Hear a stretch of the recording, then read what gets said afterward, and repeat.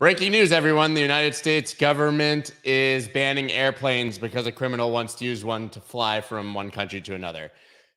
The United States government is also banning iPhones because a criminal once made a phone call to his mom and mentioned some criminal intent. Well, that's basically what we have happening now with Tornado Cash, although those things are obviously not the case. The first time that our guests can tell me if I'm wrong, but the first time that I can recall in history, the Treasury Department is sanctioning effectively a piece of open source code rather than a person or an entity, and which effectively makes it illegal for any United States citizen to interact with that, with a potential penalty of 30 years in prison. And we're going to talk about why this is a dangerous precedent and, of course, a massively slippery slope for freedom and privacy moving forward.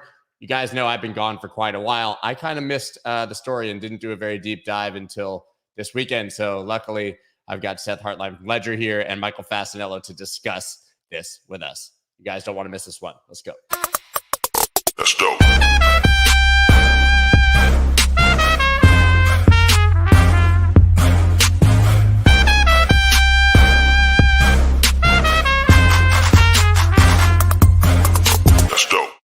What is up, everybody? I'm Scott Melker, also known as the Wolf of All Streets. Before we get started, please subscribe to the channel and, I don't know, cry tears on the like button about the privacies that are being violated all over the world. Because it's happening, and this story is absolutely absurd as I've caught up on it. Of course, we all know that there was a coder arrested in the Netherlands. As usual these days, considering everything I read seems to be fake news or made up, I'm reserving judgment on that actual situation until we see if he's simply being arrested for programming the code or if there's something else deeper there. But I have a feeling it's probably the former, and that this is once again a terrifying, disgusting story. As you guys know, I have been away basically 2 weeks. The last time I live streamed was Tuesday. 2 weeks ago, I ended up going on vacation in the Bahamas and taking a savage attack from a sea turtle, which you guys may have seen on Twitter. I'm very lucky to be alive, to be quite honest with you. It was a very angry sea turtle. I literally got bit by a sea turtle. It was hilarious. Probably one of the funniest things that's ever happened to me. I think now I'm a unicorn. I got bit on the foot by a shark about 10 years ago surfing in South Beach. I was the first person to be bit by a shark on South Beach in like 35 years. And now I've been savagely attacked by a sea turtle. So needless to say, I am not beloved by sea life, but we can get into that later. So guys, as you know, I have two guests today, Seth and Mike. I'm going to go ahead and bring them both on right now so that we can talk more about this Tornado Cash situation, because it's really terrifying. Seth, you wrote an amazing thread about it. You kind of made some of the comparison similar to what I said at the very beginning. I mean, is this equally absurd as banning all of these other platforms or technologies because they've been used by criminals? Yeah, I mean, I think it's an important conversation to have. Sanctions as a tool, used by the Treasury Department in the U.S., has historically always been aimed at individuals, humans. And in fact, what they actually did last week was to add the Tornado Cash URL, tornado.cash, and 38 ETH addresses, including the smart contracts that run Tornado Cash, to a particular list, the SDN list, or specially designated nationals and other blocked persons, right? And so that's a list of people, right? Nationals are people, and other blocked persons. Now that can include entities, but never before has that list of persons included inanimate objects or code. Now, a lot of people point out that that crypto addresses have been added to the SDN list in the past, and that's true. But I think that's better thought of as sanctioning a person, right? Because a person, it's like their bank account. I mean, that's taking the bank account of an individual, right? Exactly. A person owns or controls that wallet. The distinction here is that the Tornado Cash smart contract itself was added to the list, meaning that Americans can no longer legally interact with it. That's a bit of a Rubicon, right? We've not dealt with that before, and I think it calls into question a number of those examples, that I listed in my thread, and that you pointed out at the at the top of the stream. If we're going to start sanctioning non-persons, right, where does it end, right? Can we sanction objects now? What other types of information? Does anything a criminal or someone viewed as a threat by the U.S. government, whatever they touch can be sanctioned now. There's some pretty profound implications for that I think we're just starting to sort through. Yeah, it's absolutely terrifying, and then it raises, I think, endless questions about what that means for people who have interacted with that smart contract in the past. Obviously, right, for legitimate reasons. I think it's very clear. We should point out that probably the bulk of the activity, by a large majority, there is just people trying to protect their privacy and not doing anything illicit, right? So what does it mean for people who have interacted with it in the past? Also, we've seen that there are people literally targeting. I mean, I know Justin Sun reported this, are just sending a little bit of ETH to people they don't like's wallets through Tornado Cash to get them sanctioned and get their wallets locked. I mean, this is horrible. Mike, what do you think? Yeah, it's a very, very serious issue, but I have to say it gave me a chuckle to see people, celebrities, people well-known in crypto, Brian Armstrong, Jimmy Fallon, all these people getting basically dropped dirty ETH, as basically a show of force from the community saying, listen, Treasury, you can sanction a thing, but it's not really getting to the target that you're trying to reach here. I've seen different numbers as far as, how much, illicit activity actually goes through Tornado Cash. I've seen 14%. I've seen 37%. I've seen a bunch of different statistics. None of them seem to propose a majority of the transactions being illicit. At the same time, from the legal and regulatory standpoint, I worked with OFAC in the past. I'm a student of the law myself. And so, under EO Executive Order 13694, I mean, the president has given OFAC the capacity to come down with sanctions like this. I think, as Seth was saying, what makes this starkly different from the past is all of those other types of sanctions that had been handed down or designated, if you would, they involved, parties that had some sort of agency, whether it's an individual, an entity, a government, even country programs. I mean, OFAC has country programs, Russia, Cuba, Iran, things like that. This one falls under cyber. And so, it's designated, it's targeted, specifically focused at nefarious activity in cyberspace. The question here is it really getting to the heart of what they're trying to accomplish, or is it really overreaching into the realm of privacy? One can argue that if you're gonna do this type of sanctions, if you're gonna shoot a shot across the bow with crypto like this for this type of activity, ban cash, because a hell of a lot more illicit activity happens and has happened for hundreds of years involving currencies, fiat currencies. So why aren't we acting in the fiat space more strongly versus here? I mean, you see banks like HSBC, Wells Fargo. I mean, they get fines, millions of dollars, slaps on the wrist in terms of what they're actually passing through their institutions. But then the government comes down basically with a sledgehammer on a fly in terms of, crushing open source code, and going after, I mean, in the case of the Netherlands, I mean, I think what scares me here is if you're going to criticize the U.S., at least give us some, the U.S. government, at least give the government something here, which is they haven't gone so far as to arrest people. Okay, the Netherlands, that's absurd that you would go out and arrest basically a code developer, merely for writing a code that could potentially be used for nefarious activity, not specifically designed, to facilitate nefarious activity, but that could be used in that sense. And like you joked at the beginning, Scott, should we ban cars? Should we ban cell phones? I mean, where does it end? And so I think, as much as the U.S. can be criticized for actions like this, at the same time, we do have to sit here and say, well, at least at this point in time, we do have a better situation than Europe. We do have a better situation than Asia. This is not China. This is not Russia. So there is that. But I am curious to see just how aggressive the government gets from this point, because this is a very different step than what we've seen in the past couple of years. I had spoken a lot on different forums in the past about regulatory fence sitting. Legislators don't seem to want to act. The regulators are, basically regulating by enforcement. We've seen that with the SEC. But this is a different step entirely, and now they're starting to get serious. I mean, it's hard to be encouraged by being, I guess, like the prettiest pig in the pen if you're still going to get slaughtered, right? So that's just another slippery slope. They're not arresting people yet, and I guess that leads to what this actually means for enforcement, because it seems like this is more of a symbolic gesture to sort of, as you said, I think, shoot a shot across the bow. Then they're not going to be able to go arrest every single person who's had a Tornado Cash transaction of any sort, right? And you alluded, obviously, I have this story here. The Netherlands arrests a suspected developer.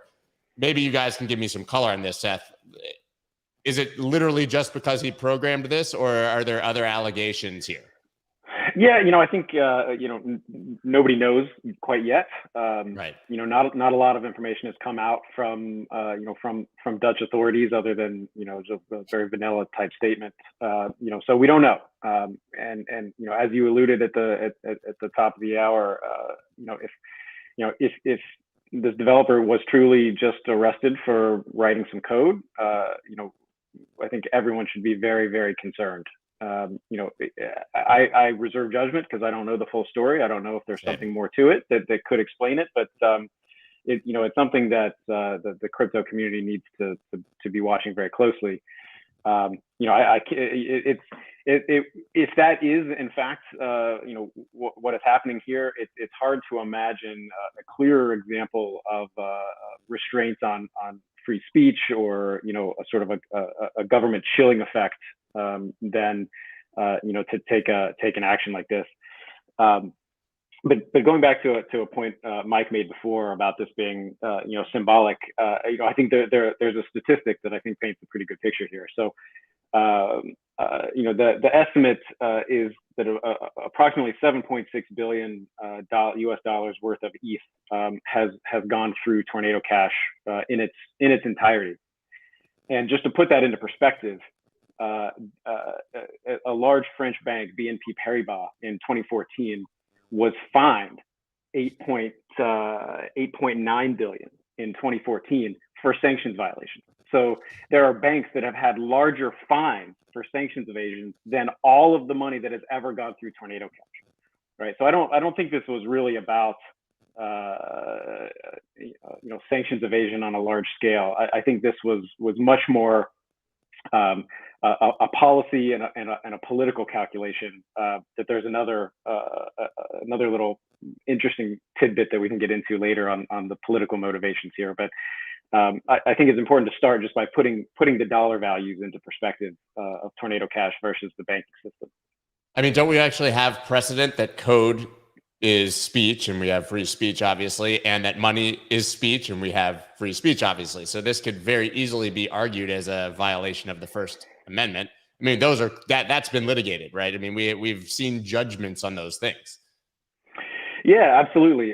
So the sort of the leading case on code as speech is Bernstein versus Department of Justice, which involved a Berkeley grad student who had developed a new encryption technique and wanted to speak about it and wanted to commercialize it. And prior to this litigation, the U.S. government considered all encryption technology to be military technology and prohibited its publication and export. So some groups, including the EFF, the Electronic Frontier Foundation, supported Bernstein in mounting a First Amendment challenge to that prohibition. And it got up to the Ninth Circuit Court of Appeals, which found that code is speech, and that the export restrictions were unconstitutional. Basically, the government wanted Bernstein to get licensed as an arms dealer for writing code, which was pretty stupid.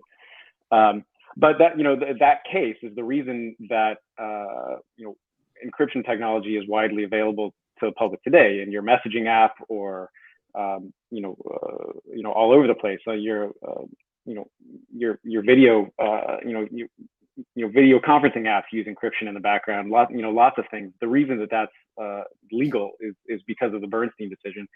And then there was another important series of cases where the Motion Picture Association tried to block actually I think he was Dutch, developer who sort of reversed engineered the scrambling technology on DVDs and posted it on the website. This was a series called the DCSS cases, and they tried to prevent him from from publishing that. And there was a freedom of speech challenge, and supporters ended up taking the source code and publishing it on T-shirts and selling T-shirts, and it made it very apparent that that the actual source code on a T-shirt was speech and expression, and so that case actually made it to the Supreme Court of California, which also recognized that code is speech.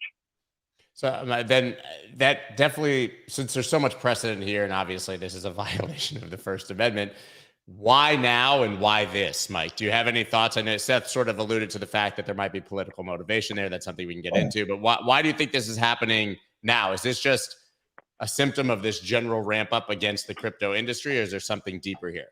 I think that there's largely been a lot of criticism against the government for basically not giving any rails to the industry, at least for the centralized part of the industry. Decentralized, there arguably can't be rails, or they wouldn't be effective.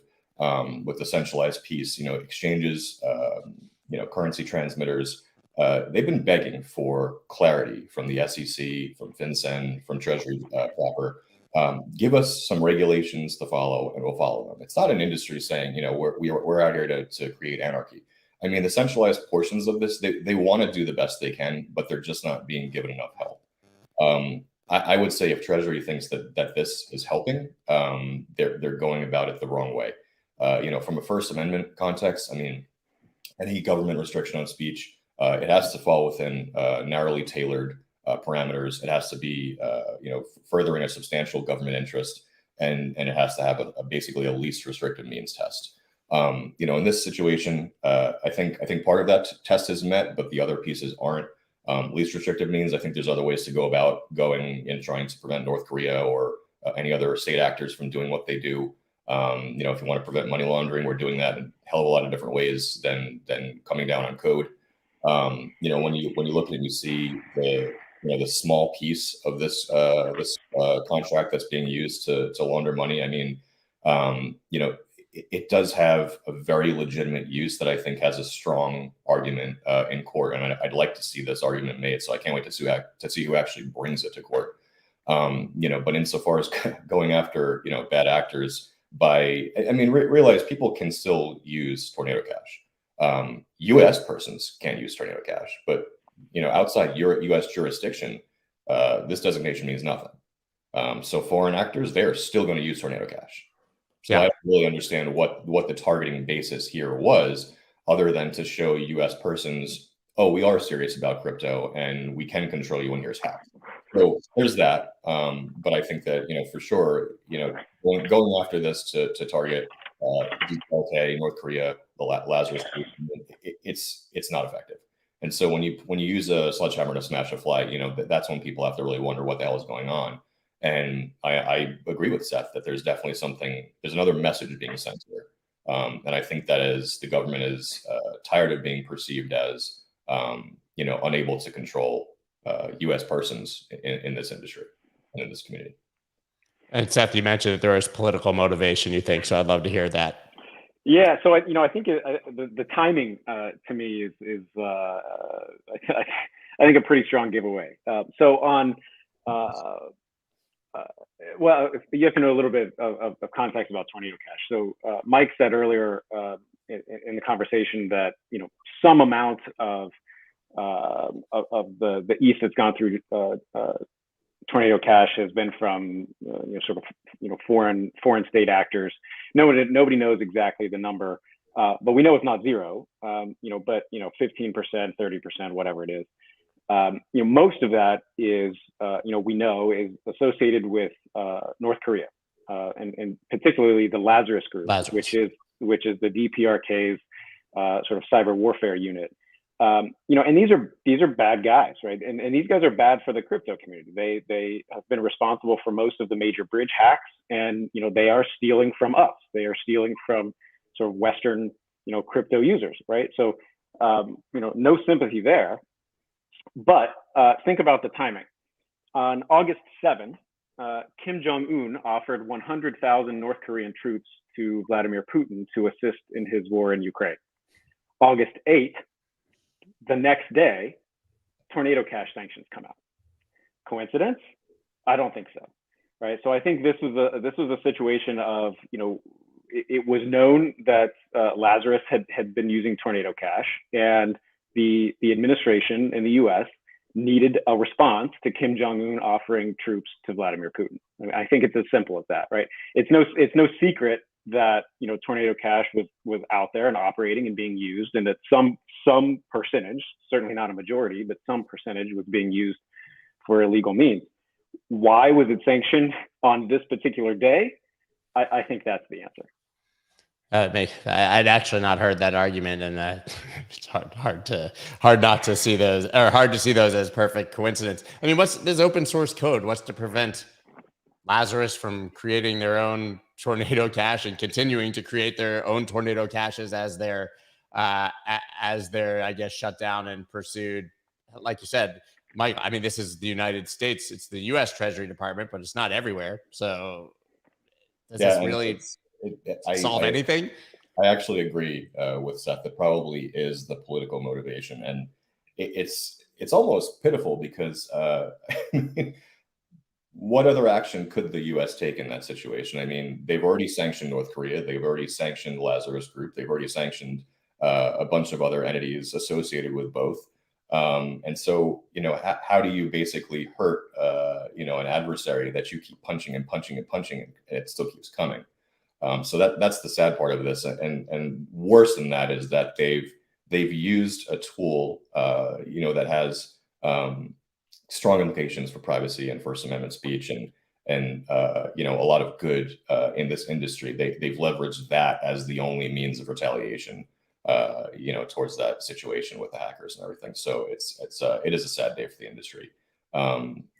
There's no reason why people shouldn't be able to have a certain level of privacy in this industry and in this community, the cryptoverse. I mean, it's just absurd for the government, regulators, and even the law enforcement to think that they should be able to have carte blanche to see what everybody is doing, when they're doing it, who they're doing it with. That doesn't happen with cash. That's why a lot of people still use cash, and that's going to be one of the reasons why, for the Get on Zero crew, which hey, I'm all behind that. I love crypto. At the same time, it's going to be real hard to wrestle that, from the cold dead hands of people that realize it may be the only safe harbor for privacy that we have left. Yeah, cash is going to be eliminated as well, right? That's just a matter of time. I think we're already seeing a number of countries that are limiting the size of transactions with cash, most notably Israel.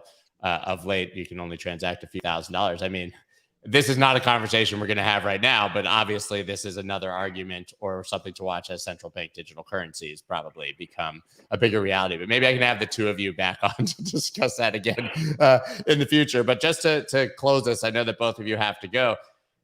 Michael, you said that you'd be interested in seeing how this will eventually be litigated. Both of you sort of alluded to that. What recourse do people have, and who are those people, right? The code can't fight back. So is this on the American people as a whole to fight this, or some sort of class action suit?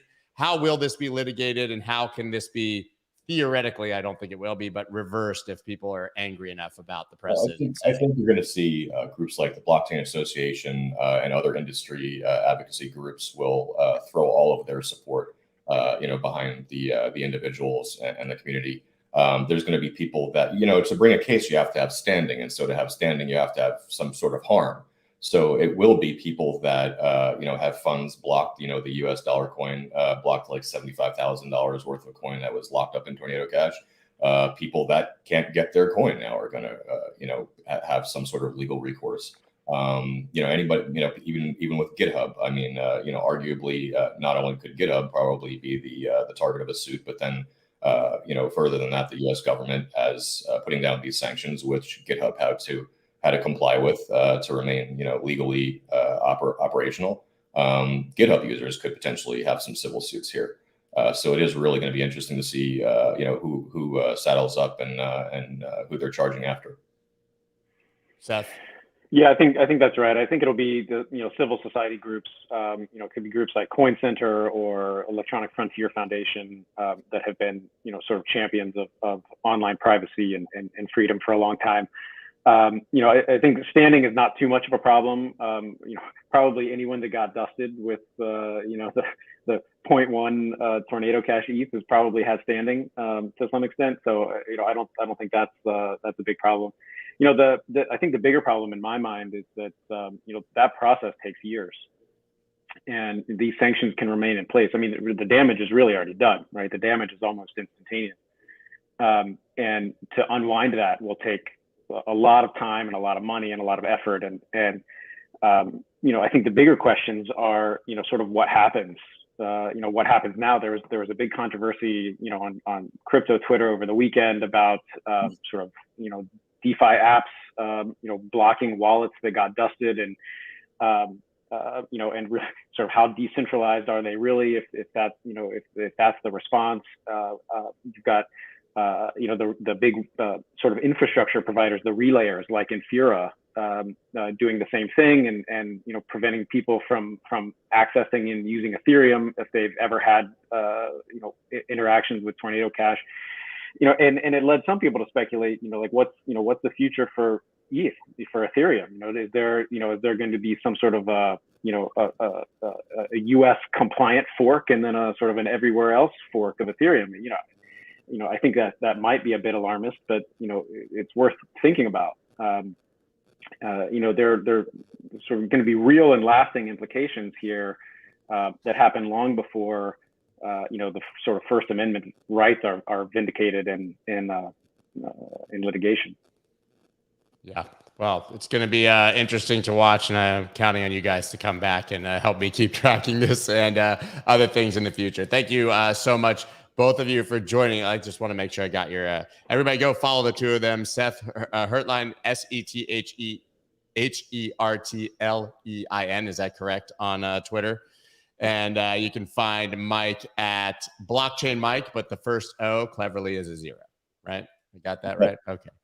I'm not going to spell that one out with the zeros and the numbers, but you guys get the idea. Thank you guys both for doing this. It was awesome to have both of you, especially since I'm so far behind and you guys actually know what the hell is going on here. So thank you once again, and I'll see you both soon. Thanks. Yeah, thank you so much. Great to be back. Yeah, it was a crazy time to go away. I alluded to this in the newsletter today, which also I took a week off for the first time. I never skipped newsletters.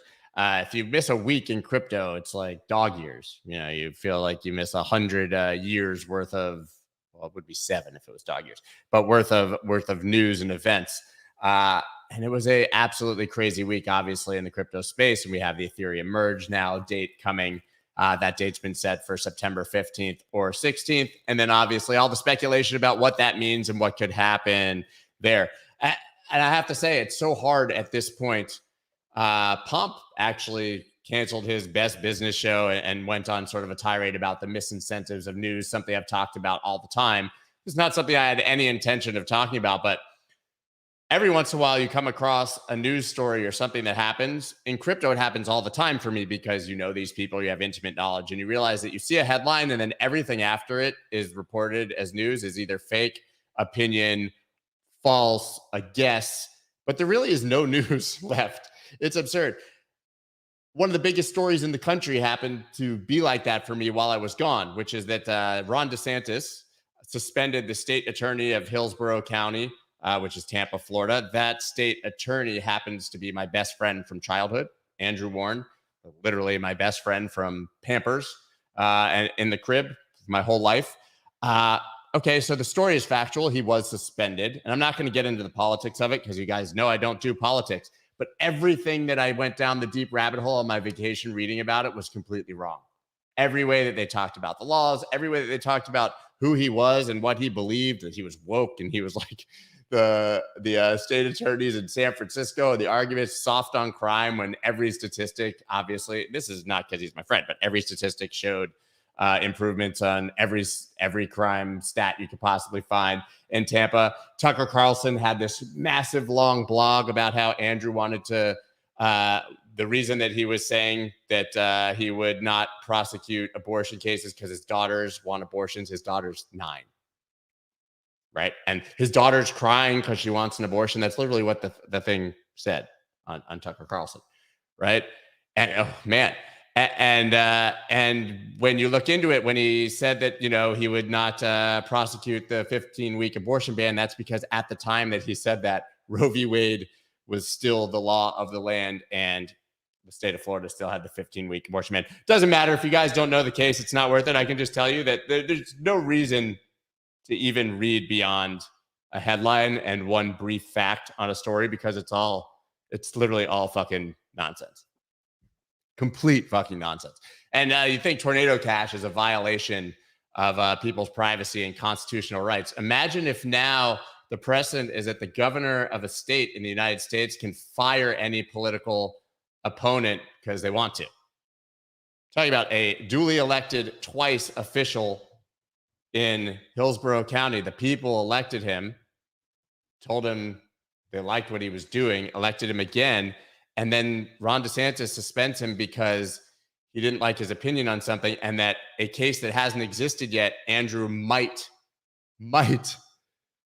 litigate or choose not to prosecute down the road. It's like Minority Report.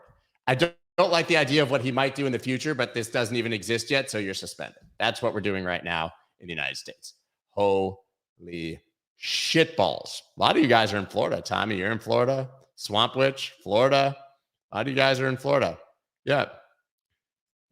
Yes, we voted for him. We elected him. DeSantis vetoed us again. So yeah, if you guys are not familiar with the violations of freedoms happening in the United States, then there's a lot going on.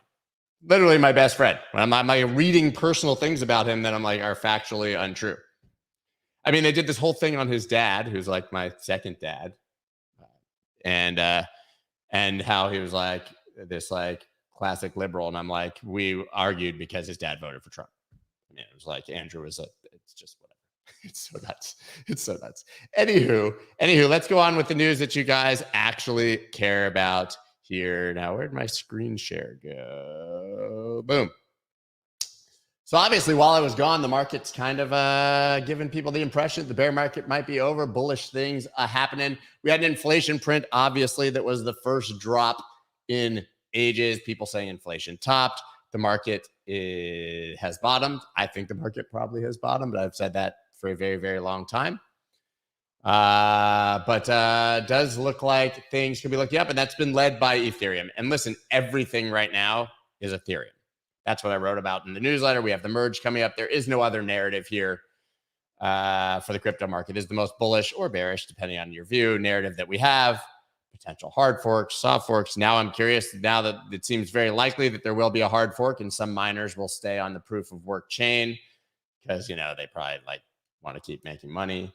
Much like we saw with Bitcoin Cash, etc., that there will be some free coins coming for Ethereum holders, right? Back to the old days of this 2017, 2018, when free coins just appear. Will I get mine? I have no idea because my Ethereum's on Voyager. I would say probably not. Oh, just another way that we can get fucked by CeFi. I don't know what sound that was, but that's not the sound of anyone fucking that I'm aware of. Is that how you guys do it? I don't know. It's weird. But yeah, it's been led obviously by Ethereum here. And that's because the merge now has a tentative September date, September 15th or 16th. We will see the merge. That was both a French and German accent at the same time. For all the French Germans out there, I mistakenly did that. The test nets have all gone well. The ones with random stupid names like Gorley and other things that they've made up, I don't know. Maybe they're just people's names and they're wonderful people. Maybe they're great names. It's time. It's time. We're going for proof of work, proof of stake, whether you like it or not. Bitcoin maxis in disbelief as all of the attention is on Ethereum, crying about everything that they can find to cry about, hating on everyone they can hate on. But I'm not going to go on a tirade about maximalism. I think maximalists are great to some extent, but when they get toxic, not so much.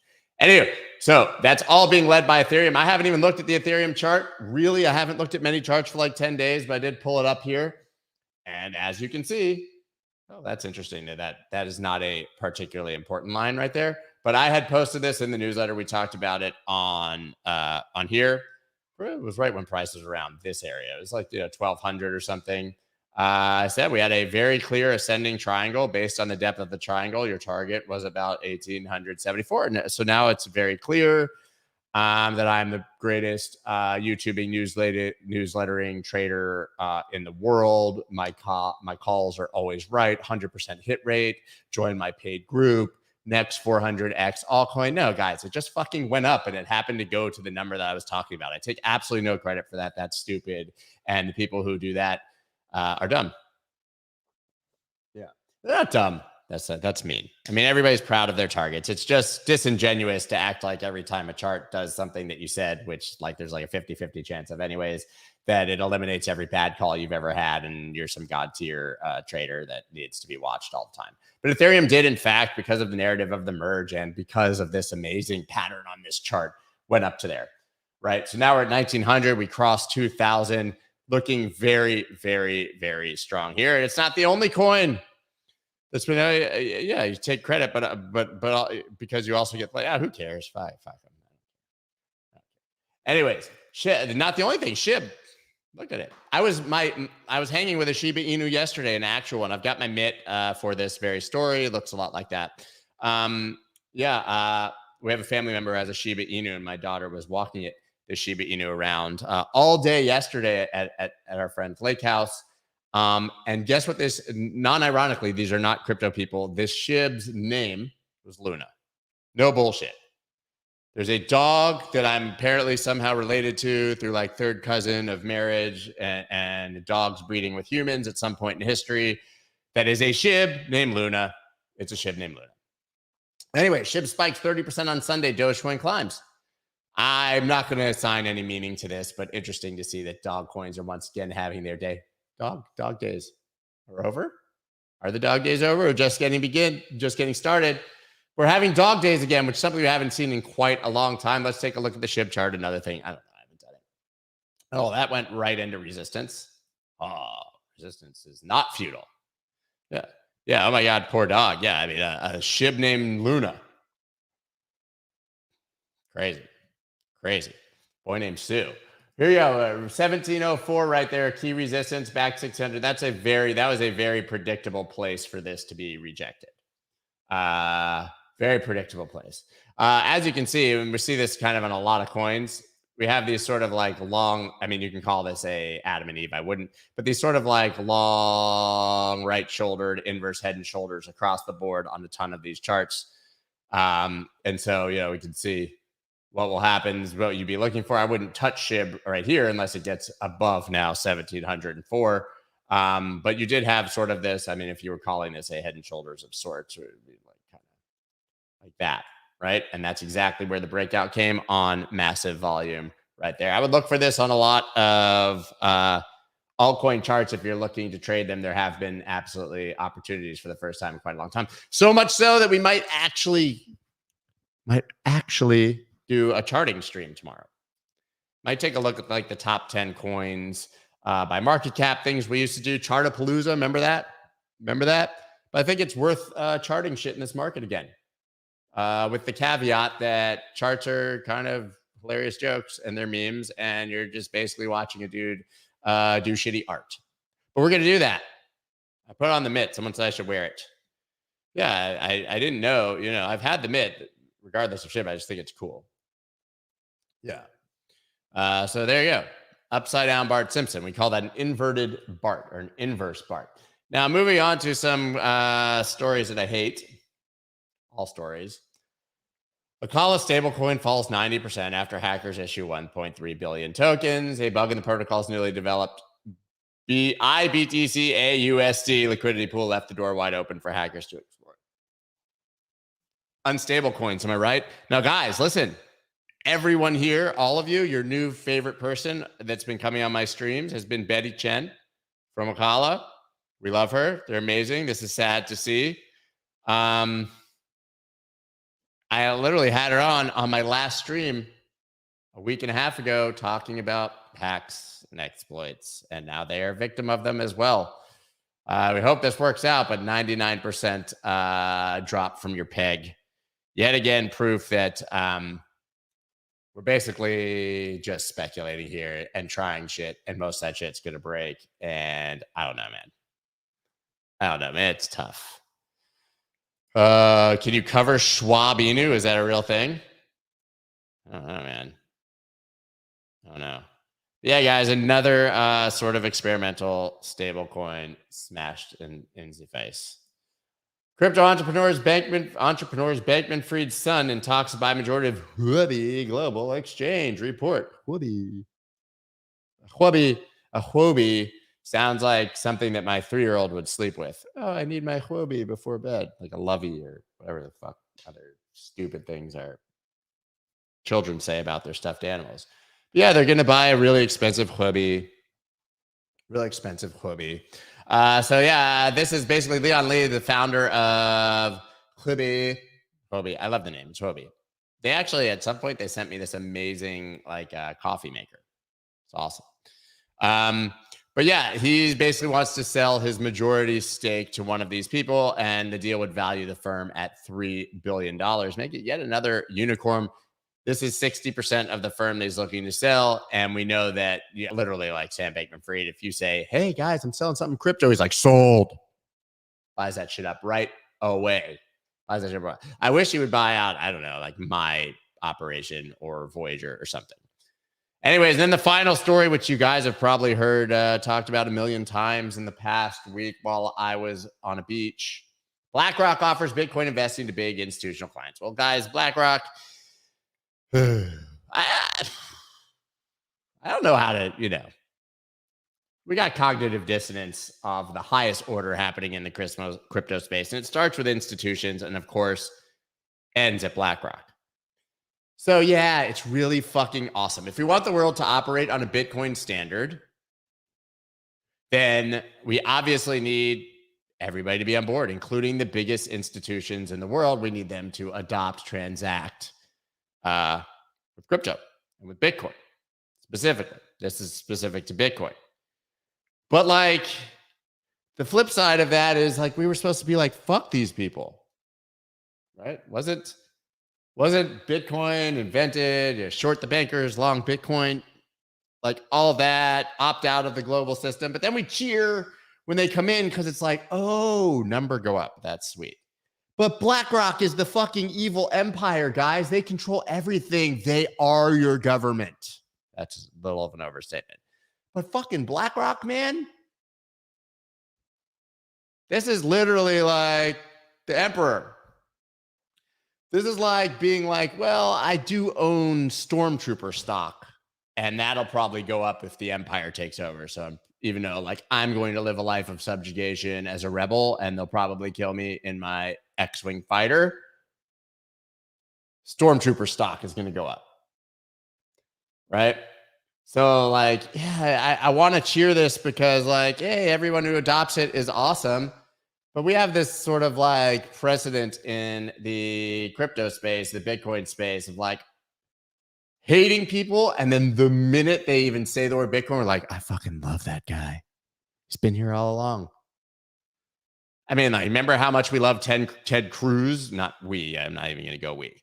But like how much everyone all of a sudden, like everyone was like, fuck Ted Cruz. He flew away and he's a douchebag and COVID and we all hate Ted Cruz. It was like, Ted Cruz has a Bitcoin, bro. Ted Cruz has one Bitcoin. Get that guy on our podcasts. I don't know. What would happen if Elizabeth Warren tomorrow was like, I own 0.057 Bitcoin and I'm not ashamed to put it on my disclosure form. Like, you'd be like, man, Elizabeth, like she's misunderstood. She's hot. And she's one of us, We might even ignore Janet Yellen's Lloyd Christmas Dumb and Dumber haircut if she came on board. Yeah, I don't know, man. Struggling with these. I'm struggling with a lot of things. You guys probably notice a lot of existential crisis. I wouldn't say struggling. But I think it's fair to say questioning. To the detriment of my sleep, I've had crazy insomnia, which is not something I've experienced on this level in the past. We're wild. I think that I have surmised that I am not made for vacation. Is that a thing? I think it's a thing. Taking a week off the newsletter when I have like severe ADHD, so like not giving myself that sort of like solidified compass thing to do, reason to wake up every morning. I don't know, man. It slays my sleep and mentality. But also like just going down this road, doing the news every day and reading the news and realizing that like I'm just in a minefield of potentially reporting fake and stupid shit, and none of it really matters anyways because it's all noise when you're a long-term holder and signal. It's pretty hard. It's pretty hard. And then I get attacked on a turtle. I get a turtle attack. To be fair, we were feeding the turtles. I wasn't feeding him tricep. But I was in like, waist deep water. I'm holding a kid in one arm. I've got some squid to another turtle. And this turtle just comes up over here, like way out of the way. He jumped, I'm not going to lie, like 4 inches out of the water. And I'm not mad at the turtle. I'm fucking delicious. And also, I then went out and I took it out on all the other sea creatures after that. So we took the boat out. I was like, I'm going to kill my dinner because of this season. I'm not going to eat turtle, but I'm going to catch some other shit. And I caught myself. My friend and I went lobstering, jump off the boat, an area of known lobster activity. He swallowed like the entire ocean on his first dive. I was ready to puke and got back on the boat. And I just stayed out there, 15-foot water. Enough dinner for 11 people. Myself, just absolutely annihilating every lobster because, fuck lobsters, really. Sea turtles are cool, but like that lobster is friends with those sea turtles. They're collateral damage. That's what it is, man. They're ninjas. Yeah, I mean, that was a Teenage Mutant Ninja Turtle. Turtles like white meat. I did not do any golfing. My golf game has gone to I'm in this thing right now where I can't even hit a golf ball in the air. I have a golf simulator, and I think something about like being indoors and swinging the golf club has ruined my swing. I don't know, like fear of follow through or something. It's bad. Anyways, guys, that's all I got for you today. I will be back, of course, on the morrow. We're back on our regularly scheduled programming. Although I'm going to say September, October, it's about to get real. I'm just never going to be around anymore. I'm probably going to Mainnet, Token 2049 in Singapore, WebEx in Vegas. I'm hosting a whole stage in Vegas at the Wynn in October, which should be awesome. Basically, it's like doing this live 24/7 for 4 days. Yeah, but I'm going to be doing stuff, but like I'm going to be on a lot of airplanes, means missing some time and whatever. But for the next like few weeks, guys, we're going deep. And I'm trying to definitely, now that I've been away, I want to retool things to, make them more impactful for you, more useful for you guys, which is not the case with my jokes, obviously. But yeah, spice it up. Anyways, guys, that is all that I have for you today. Of course, check out Bullish. Oh, I got rid of the thing, just went away. Do Bullish. Boop, boop, boop, boop, boop, boop. Check out Bullish. Anyways, it's been a pleasure. I am super psyched to be back. What's your background? What did you do before owning a YouTube channel? I was a DJ for 20 years. You can look it up. Anyways, that's all I got for you guys today. I will talk to you tomorrow. Peace. Let's go.